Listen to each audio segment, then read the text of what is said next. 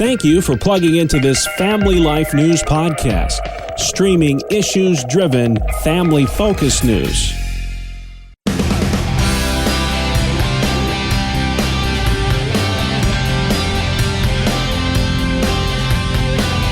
Hi, I'm Tracy Lynn, and this is our summer-long staycation destination series. Every Friday during the Noon Report, we'll spotlight a staycation destination that's not far from home and won't break the bank. This week, we're taking you to the Haven Refugee Museum in Oswego, New York. My name is Paul Lear. I'm the Historic Site Manager at Fort Ontario State Historic Site, and I'm one of the founding members of the Safe Haven Holocaust Refugee Shelter Museum. Today's destination helps us really step back in time to World War II. Would you tell us about this special site for refugees right on the edge of Lake Ontario? Well, Fort Ontario was the only emergency refugee shelter for victims of Nazi Holocaust in the United States in World War II. Very unique. Almost 1,000 refugees were brought here to get them out of Allied-occupied Italy.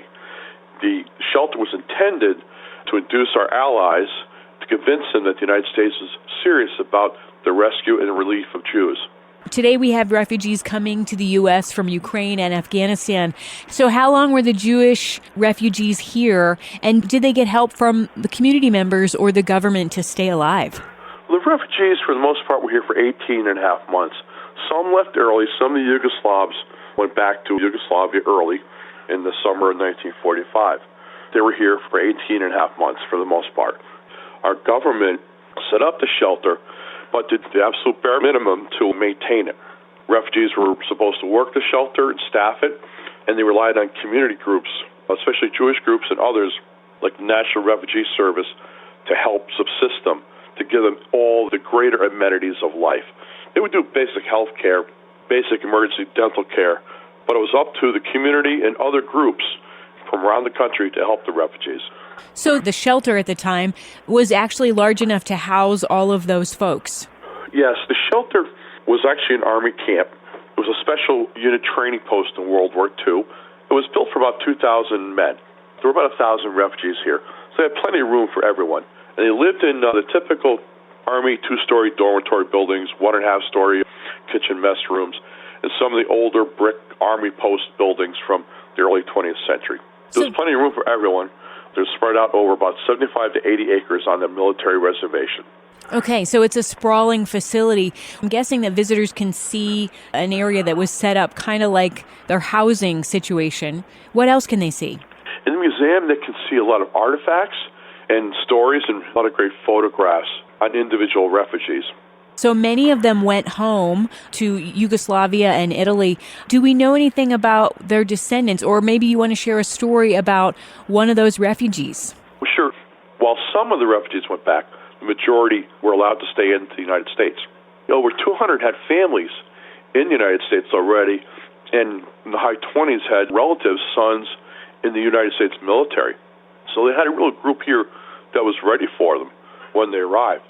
But after the war, the National Refugee Service and the Jewish organizations got together, and they found homes for them, sponsor families, for those that didn't have relatives.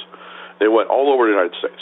Of course, the families, many of them still stay in touch with the museum, and we've had refugee reunions and anniversaries, and they attend all these events. Great. I was going to ask that if you host any special events, including gatherings for the descendants of those refugees. Yes. The last big one was in 2019, and Donald Smart was here a few weeks ago. His father was Joseph Smart, the executive director. Don, I believe, is 95. He donated a bust of his father done by the principal refugee sculptor, Miriam Sommerberg. Don's father had gotten the bust as a gift. Of course, Joseph Smart had been the chair of the Friends of the Fort Ontario Refugees Committee, which helped to lobby to get them to remain in the United States. So there's a great addition to the collection of the museum. But the refugees of Fort Ontario, pretty special. A lot of people don't realize that the shelter was the first group of refugees allowed into the United States outside the quota system. So it's considered the birthplace of American refugee policy. Yeah, it's very interesting, and I think probably many of us have wondered, where did these policies start from? Do you think it's a place where families can come, including younger kids, and they can learn about this part of our nation's history? It's a vital place where school groups are always coming to the museum. Fort Ontario, in the shelter, is the only actual Holocaust in the United States. If you go to the U.S. Holocaust Memorial Museum in Washington, there's an entire gallery dedicated to the refugee shelter.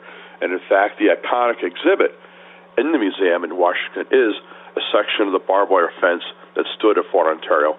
The fence is iconic because it's where the Holocaust came to America, where everyday Americans first met the victims of Nazi persecution and learned their personal stories, and they became advocates for these refugees. Yeah, it made it all real to those in the U.S. who just heard about it on the news. What are the admission fees, and where can we learn more about visiting the Safe Haven Holocaust Refugee Museum? The admission fees are $5 for adults and $3 for seniors and students. There's a website on the safehavenmuseum.com. You can also visit Fort Ontario State Historic Site. There's also Facebook. Great. And I just have to ask, is there a story, Paul, that you want to share? Obviously, there's nearly 1,000 refugees. Is there something that stands out? Yes. Well, the refugee that really stood out for me was Dr. Adam Munns, a child psychiatrist. He came here when he was 16. Dr. Munns, he was one of the Boy Scouts. He just epitomized what could have happened if all these people had been allowed to live and not been murdered by the Nazis. And so one of the lessons of the shelter, it's an example of what could have been. And, of course, the monument dedicated in 1981 is dedicated to those who were here and also to those who lost their lives.